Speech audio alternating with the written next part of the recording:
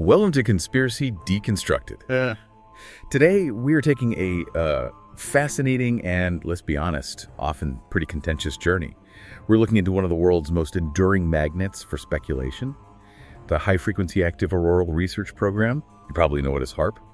It's situated way out there in the wilderness of Gakona, Alaska. Yeah, and we've been provided with a truly extraordinary stack of source material for this, really deep stuff. These documents, they meticulously track HAARP's complex and sometimes, frankly, contradictory origins, its patented capabilities, and of course, the really dramatic claims made about its true purpose. So our mission today is to filter through all this information. We want to hold the most sensational claims, everything from large-scale weather control to, targeted mind zapping, hold those against the verifiable official scientific record, and we're only using the documents that you shared with us, sticking to the source material. Okay, let's unpack this immediately. Let's start right at the core of the controversy. We're going to present the theory in its most compelling kind of unvarnished form. This is straight from the sources, from the researchers who criticized the program. The idea is, the core idea is that HAARP is emphatically not just some benign, boring research facility. No, it's alleged to be a multi-billion-watt military weapon system. Purpose-built, they say, for forms of geophysical and atmospheric warfare. Right. And when you look at those unvarnished claims, the ones detailed right there in these sources, the alleged capabilities of this machine are, they're vast, planetary in scope, honestly. It is claimed that this technology is designed to manipulate global weather patterns. That's the big one. Also, to disrupt and damage ecosystems by injecting energy into the planetary electrical field, knocking out electronic and satellite communications worldwide. And maybe the most pervasive claim, altering human moods, mental states, even behavior, using extremely precise modulated radio frequencies. Okay, and here's where it gets really interesting, right?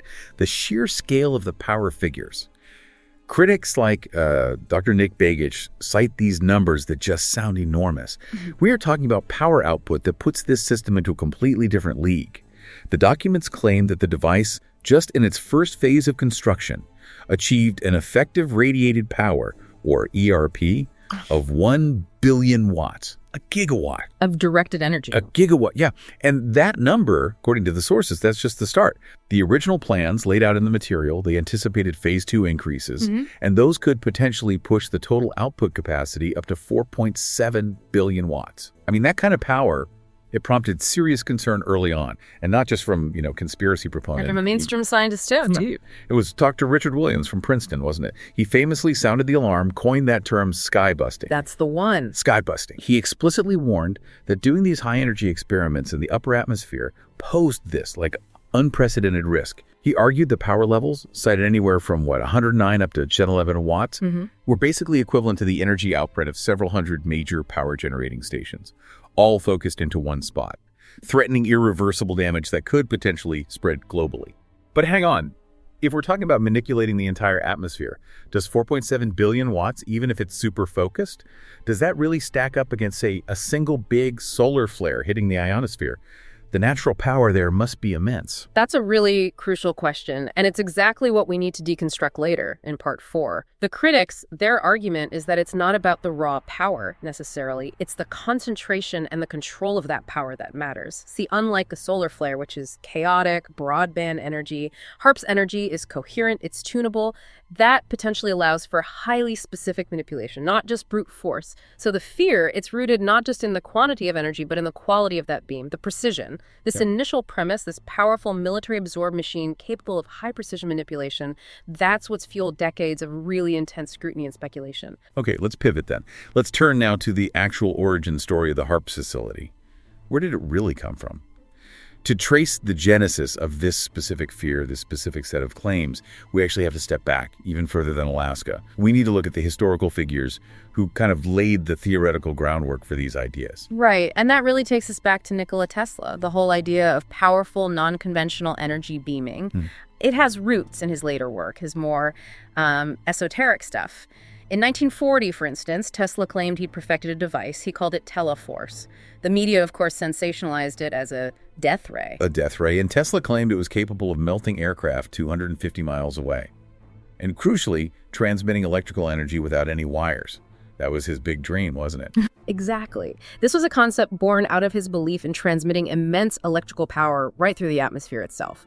He wasn't just talking about a powerful radio transmitter. He envisioned this projector gun, capable of accelerating microscopic electrical particles up to 50 million volts. Incredible energy. So this foundational concept that you could harness concentrated, immense electrical energy for defense or maybe destruction on a massive planetary scale, it established a really powerful narrative in the public consciousness. So when modern ionospheric heaters like HAARP appeared decades later, they sort of inherited this legacy, this idea of world-altering secret electrical power. Okay, but the actual HAARP facility, the one in Gakona, Alaska, its start was surprisingly pragmatic and very corporate. It happened in the 1980s.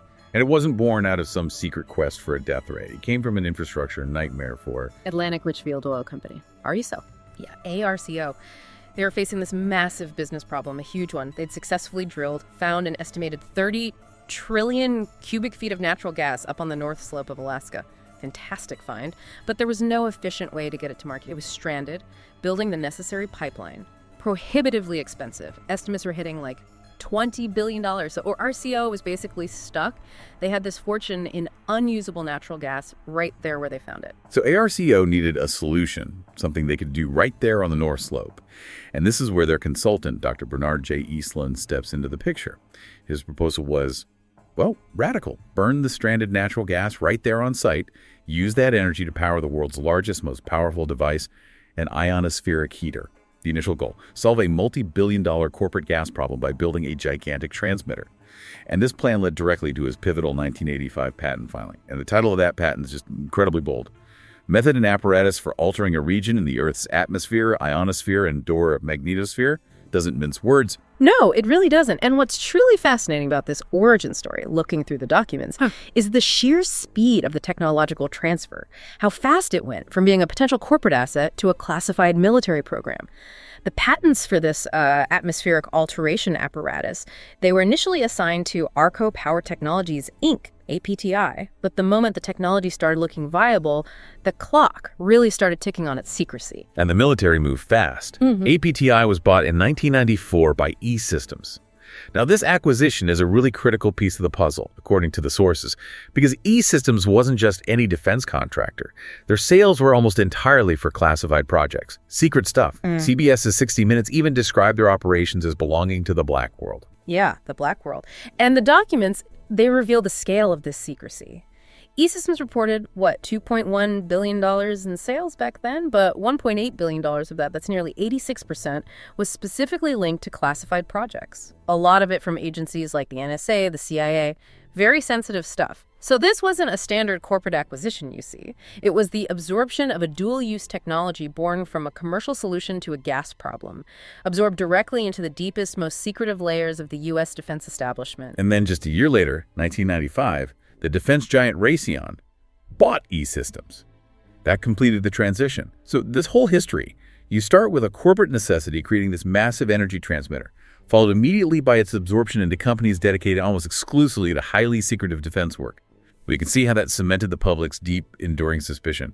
The suspicion that HAARP's stated scientific purpose was maybe just a cover story for something far more strategic and maybe, destructive. Exactly. It wasn't like a slow evolutionary process. It felt like a sudden plunge right into the world of classified research. And that lent immediate credibility in the eyes of critics to even the most extreme claims about its weaponization potential. Okay, so now we get to the core of the believer's case. Why do critics so confidently assert that the official story is just a cover? We need to look directly at the claims made by the project's own architects, or at least the patent holder. Proponents of the theory, they point directly to the language found in those Eastland patent claims themselves. Right, and this is where the material becomes undeniably provocative. You just can't ignore the wording. The Eastland patent doesn't exactly hide its potential warfighting capabilities. The documents explicitly state the technology could be used for, and this is a direct quote from the claims section, missile or aircraft destruction, deflection, or confusion, especially when using relativistic particles it might generate. Missile destruction. Wow. But the claim that really fueled the most widespread fear, that was the explicit mention of climate control, right? Right. The patent continues, saying, quote, weather modification is possible by, for example, altering upper atmosphere wind patterns, by constructing one or more plumes of atmospheric particles which will act as a lens or focusing device, end quote. So weather modification wasn't just some fringe theory tacked on later by conspiracy theorists. It was literally written into the intellectual property, the document that legally defined the system's potential uses from the start. Exactly. Now, a second piece of compelling evidence for critics, and this is more technical, it's the dramatic technical difference between HAARP and basically every preceding ionospheric heater. Okay, this sounds important. A critical technical distinction we need to spend some time on. So earlier ionospheric heaters, the ones like in Sura, Russia, or Tromsø in Norway, they function more like floodlights, right? Spreading radio frequency energy, RF energy, broadly across the ionosphere. Pretty much, yeah, broad beams. But Eastland's design, the one HAARP is based on, was radically different. It uses what's called a phased array antenna system, and it's designed specifically to focus the energy to an extremely small, specific point in the ionosphere. Think more like a laser beam than a floodlight. The documentation, the patents, indicate this design was theoretically capable of achieving an energy concentration of 1 watt per cubic centimeter. 1 watt per cubic centimeter. Okay, let's put that in perspective for you listening. Achieving that means the energy concentration is potentially 1,000,000 times more focused than any prior ionospheric heating technology. 1,000,000 times, yeah. That's the claim based on the design principles. So critics argue that this unprecedented, focused power capacity is what allows for the kind of large-scale manipulation described in the patents. The ability to not just gently heat the ionosphere, but maybe to physically lift or manipulate large, dense regions of the atmosphere for strategic purposes. The precision is the weapon, maybe, not just the raw power. Right. I mean, moving beyond the hardware and weather, one of the other major, really persistent concerns revolves around generating extremely low frequency waves, ELF waves. The sources we looked at show that military research interest in HAARP was heavily driven by the potential to generate these ELF waves. Why? For communicating with deeply submerged submarines, it could potentially replace the Navy's existing absolutely massive and very complicated antenna system spread across places like Wisconsin and Michigan. Okay, communication with subs makes sense from a military perspective. But the potential for communication seems overshadowed by these claims of psychological warfare. This is where we really need to address that concept of cyclotron resonance directly. It comes up a lot in the critical literature. Critics emphasize that military research, going back decades, has explored the non-thermal effects of low-power ELF fields on biology. Not heating effects, but other effects. The claim is that controlled, coherent signals, even signals carrying a power level that's like 1/50th the energy of the Earth's natural background fields, could still cause deep physiological and maybe psychological effects. That's the hypothesis, yes.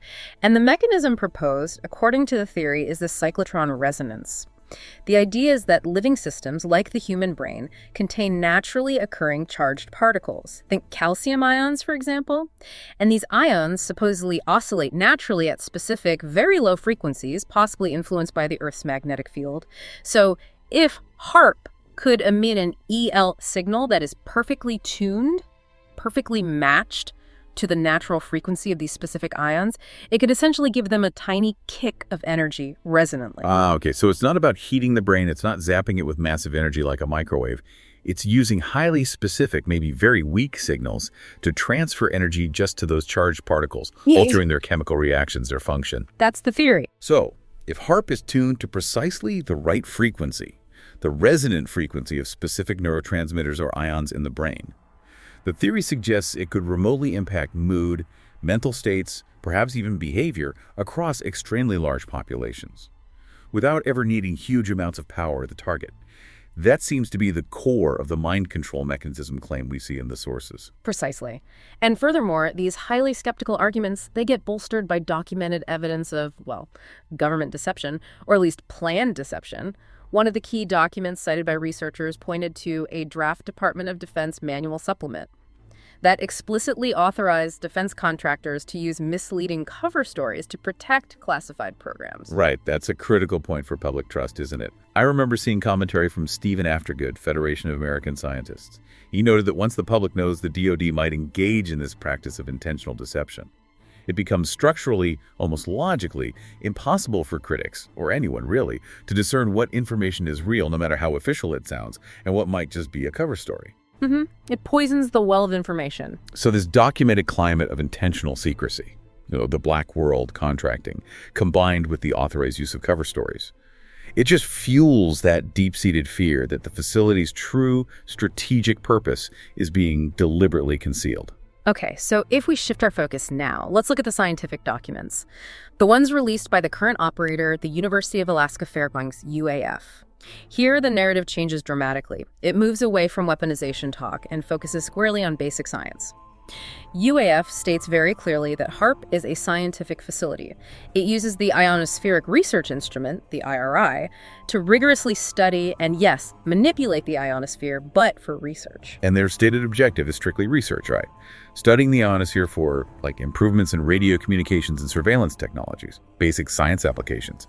It's presented as a large artificial laboratory in the sky, designed to observe physical processes under controlled conditions, kind of simulating, on a smaller scale, the intense natural events that happen during, say, massive solar flares. Exactly. And the research results they have publicized are actually quite remarkable from a physics standpoint. Scientists have successfully used HAARP to create these localized artificial ionization clouds, also focused plasma rings or plates up there. These artificial clouds, sometimes extending up to nearly a kilometer, 0.9 kilometers in diameter, they're created by tuning the IRI, the transmitter, to specific electron gyro frequencies, typically hitting the second, third, fourth, maybe sixth harmonics of the natural frequency, often somewhere around 1.44 megahertz. Okay, electron gyro frequency sounds like some pretty intense jargon. Can we break that down? Sure, yeah. The concept is actually fairly elegant. It refers to the frequency at which electrons naturally spiral around the Earth's magnetic field lines. They just do that up there. So by tuning HAARP's beam to exactly match these natural spiraling frequencies, it's a concept known as resonance heating. The energy transfer from the beam to the electrons becomes incredibly efficient. This allows scientists to create these surprisingly dense, localized plasma clouds using relatively minimal raw transmitter power compared to just blasting energy up there randomly. Resonance again, like pushing a swing at just the right moment. Exactly like that. And crucially, scientists using HAARP have dramatically improved how long they can sustain these effects. Using specialized transmission techniques, things they call twisted beams coming from that phased array antenna, researchers have been able to keep these enhanced density plasma clouds going for up to 5 hours. 5 hours? That's a long time compared to what was it before? Yeah, older heating techniques, the less focused ones, could maybe only sustain them for less than 30 minutes typically, so it's a huge leap in control and duration. And the goal here, according to UAF, is purely functional for communication. That's the stated goal, yes. These dense, enhanced plasma clouds, they can act as predictable, temporary reflectors for radio signals, which is potentially vital for military communication and surveillance purposes, especially when the natural ionosphere isn't cooperating, maybe it's weak or disturbed. Okay, speaking of military purposes, let's look specifically at what the government records themselves define as the Department of Defense's actual interest, which, while definitely strategic, seems to differ quite a bit from the catastrophic claims of the critics we discussed earlier. Right. The documents we reviewed detail 3 specific DoD objectives pretty clearly. The first one, and apparently the primary driver for the initial funding and research, was indeed the generation of ELF waves for communicating with submerged submarines. That seems well established. Okay. What's the second objective? The second objective involves over-the-horizon surveillance, OTH radar support. By creating or conditioning the ionosphere in specific ways, they can essentially use it as a gigantic, artificially tailored mirror for radar signals. This could potentially allow them to detect things like missiles, cruise missiles, maybe low-flying aircraft that would normally be hidden below the horizon by the curvature of the Earth. Makes sense. And the third goal? The third goal is defined as electron acceleration and general ionospheric conditioning. This seems to serve a dual purpose based on the descriptions. On one hand, it involves altering the ionosphere so that it supports reliable, high-frequency communication, especially when the natural ionosphere is weak, a communications superiority goal. On the other hand, it explores the potential of generating artificial absorption layers, layers that could effectively block satellite observation of areas underneath a selected patch of the ionosphere, basically a surveillance denial capability. Okay, so those are definitely critical strategic military goals. Communication, surveillance, counter-surveillance, but they center on information control, not necessarily, triggering earthquakes or melting the polar ice caps like some claims suggest. Right, and this brings us back to those panic-inducing power figures, that 1 billion watts ERP. Yeah, let's tackle that claim directly. It sounds astronomical. How do the official sources explain that? Well, official claims directly counter the runaway destruction narrative by explaining the physics involved. It's about how the power is measured. John Hector, who was a project spokesperson, clarified this point in some of the material. He explained that this extremely high effective radiated power, the ERP, is achieved primarily through antenna gain. It's a magnification factor, potentially close to 1,000, not just raw transmission power blasting out of the antennas. Okay, antenna gain. Needs a clear explanation. Think of the raw transmission power, the actual electricity flowing into the antenna array, as the light bulb in a lighthouse. Maybe not even that bright a bulb, relatively speaking.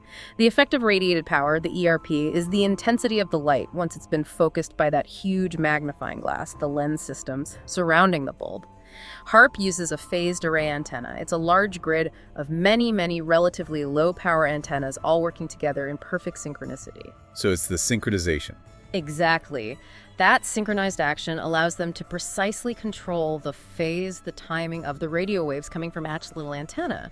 They make sure all those waves arrive at the target area, that specific point up in the ionosphere, at exactly the same time. And they constructively interfere with each other. They add up right at that spot. This coherence, this focusing effect, acts like that massive magnifying glass. It allows a relatively modest amount of electrical power going into the antennas to create an incredibly intense focal point way up high. So it makes the billion watts claim technically accurate in terms of intensity at the target, but potentially misleading if you think it means raw energy consumption or destructive capacity covering a huge area. Gotcha. Intensity, not just sheer brute force energy output. That makes a difference. It does. And furthermore, the documents also show HAARP isn't unique in its basic function. It's just one of several ionospheric research facilities around the world. You've got Arecibo, Sura in Russia, Tromsø in Norway, IceCat. Others too. Now, HAARP's beam focusing capability and its peak intensity are uniquely powerful. That seems true based on the specs. But fundamentally, it's studying a layer of the atmosphere, the ionosphere, that naturally experiences far, far greater disruptions all the time. Right, like you mentioned solar flares earlier. Exactly. Solar flares routinely blast the ionosphere with orders of magnitude more energy than HAARP could ever hope to generate. Total energy dumped is way higher. Even things like rocket launches, their exhaust plumes have been shown to create significant, albeit temporary, holes or disturbances in the ionosphere. Okay, so HAARP is certainly capable of controlled strategic alteration. The military records seem to admit that, right? To drastically alter its thermal, refractive, scattering, and emission character. Yes, over a wide electromagnetic spectrum. That's the language used. But the immediate public evidence, the published science, it seems to support the idea of creating localized plasma clouds, mainly for communications enhancement and scientific study, not, catastrophic planetary destabilization. Which then raises that really essential question, why? Why does the HAARP narrative, the weapon narrative, stick so strongly, even when you try to deconstruct it with the available science? Our sources suggest this phenomenon is rooted in something deeper, a historical distrust of maybe military arrogance and the secrecy that often shields these kinds of projects from public accountability. Yeah, the source material we looked at provides a pretty clear legacy, especially in Alaska, of government programs moving forward despite serious environmental and ethical warnings. That definitely sets the stage for suspicion. The classic and really disturbing example mentioned is Project Chariot back in the 1950s. This was a proposal led by Edward Teller's colleagues at Lawrence Radiation Laboratory. The plan was to detonate 6 thermonuclear bombs underground near Cape Thompson, Alaska. Why? To excavate an artificial harbor, disguised, of course, as economic development for the region. 6 H-bombs. Just incredible to think about. And this project was fiercely opposed, rightly so, by the local Inupiat people, and also by scientists who were deeply concerned about radioactive fallout, contamination, ecosystem damage. And the sources, they tell a story of 3 scientists in particular who really stood up against the plan. They produced rigorous data showing the risks. And what happened? As if to set an example, those 3 courageous scientists who opposed Project Chariot, they lost their jobs at the university. And they were subsequently blackballed, basically, from academia elsewhere, punished for speaking out. That history, where high-level science was clearly compromised by military objectives and where environmental concern was actively punished, it just reinforces that fundamental belief for many people that powerful entities, the big boys with the big toys, as the source material puts it, will always prioritize their own strategic goals over public health, over environmental safety. So the secrecy surrounding HAARP, it just slots right into this existing narrative of institutional betrayal, doesn't it? It fits perfectly, yeah. And then you look at the modern world. especially as we face all these unprecedented global phenomena, mysterious bursts of energy detected, strange extremes of weather becoming more common, complex geomagnetic disturbances. In that context, the HAARP theory provides a kind of necessary, maybe comforting sense of control, or at least identifies a culprit. That's a really interesting point. It's psychologically far easier, isn't it, to believe that global climate volatility or some unexpected atmospheric weirdness is caused by a secret quantifiable facility, something you can actually pinpoint on a map in Alaska. Easier than accepting that it might be due to vastly complex, slow-moving atmospheric forces or maybe irreversible climate change that feels overwhelming and abstract. Right. The theory transforms this huge, overwhelming global uncertainty into a more manageable narrative. There's an actor behind it. And in that narrative, being a compiler of the documents, like the person who gathered these sources, or even just being a skeptical observer who knows about HAARP, it gives the individual a specific kind of agency, doesn't it? They feel like they hold the secret knowledge that the masses don't have. It makes them feel empowered, maybe, against these powerful, secretive entities they believe are causing global chaos. That feeling of agency must be extremely sticky. Psychologically. Extremely. And so ultimately, the enduring pushback against HAARP, it seems to boil down to this history of lurking oversight and perceived or real questionable ethical conduct. Critics often cite the observations of researchers like Dr. Robert Becker. He wrote extensively about electromagnetism in life. And he concluded, based on his experiences, that the military establishment consistently operates under a belief that, quote, the survival of the military organism is worth the sacrifice of the lives and health of large segments of the American population. Strong words. Very strong words. And when you compound that kind of perceived institutional arrogance with the documented admission that secrecy, just the act of classifying things, always tends to lower the standards of environmental and ethical accountability. Yeah, it makes scrutiny harder. Then the worst case scenario, that the machine is indeed a weapon or could easily become one, becomes, for many people, the most credible interpretation. The core issue, maybe, is less about the specific technical specifications of the antenna array, and maybe more about the power structure that allows such potentially world-altering technology to be designed, funded, and deployed behind such an absolute veil of secrecy. Okay, so we've seen HAARP presented as, well, everything. From a weather weapon capable of causing planetary rupture, to a highly specialized, maybe just very large, radio transmitter, primarily used for scientific study and military communication support. So here's something for you, our listener, to ponder as we wrap up. Given that the HAARP technology, as we discussed, was originally created, at least in patent form, partly to solve a multi-billion-dollar corporate problem, Arco-stranded natural gas, and the military then rapidly adopted and funded it for clear defense purposes, does the financial and strategic incentive to potentially weaponize powerful emerging technologies, does that inevitably overwhelm the purely scientific and ethical pursuit of knowledge? Is that just the reality of how these things develop? Yeah, the documents we reviewed certainly show the enormous power and influence that both corporate and military entities wield, how they can steer the direction of breakthrough science and maybe, just as importantly, manage the public perception of it. So we really want to know your stand on this episode. What are your thoughts? How should powerful new technologies, especially ones initially rooted in corporate or military necessity, be managed for the public good? And what role, if any, should absolute secrecy play in their development and oversight? Let us know what you think in the comments.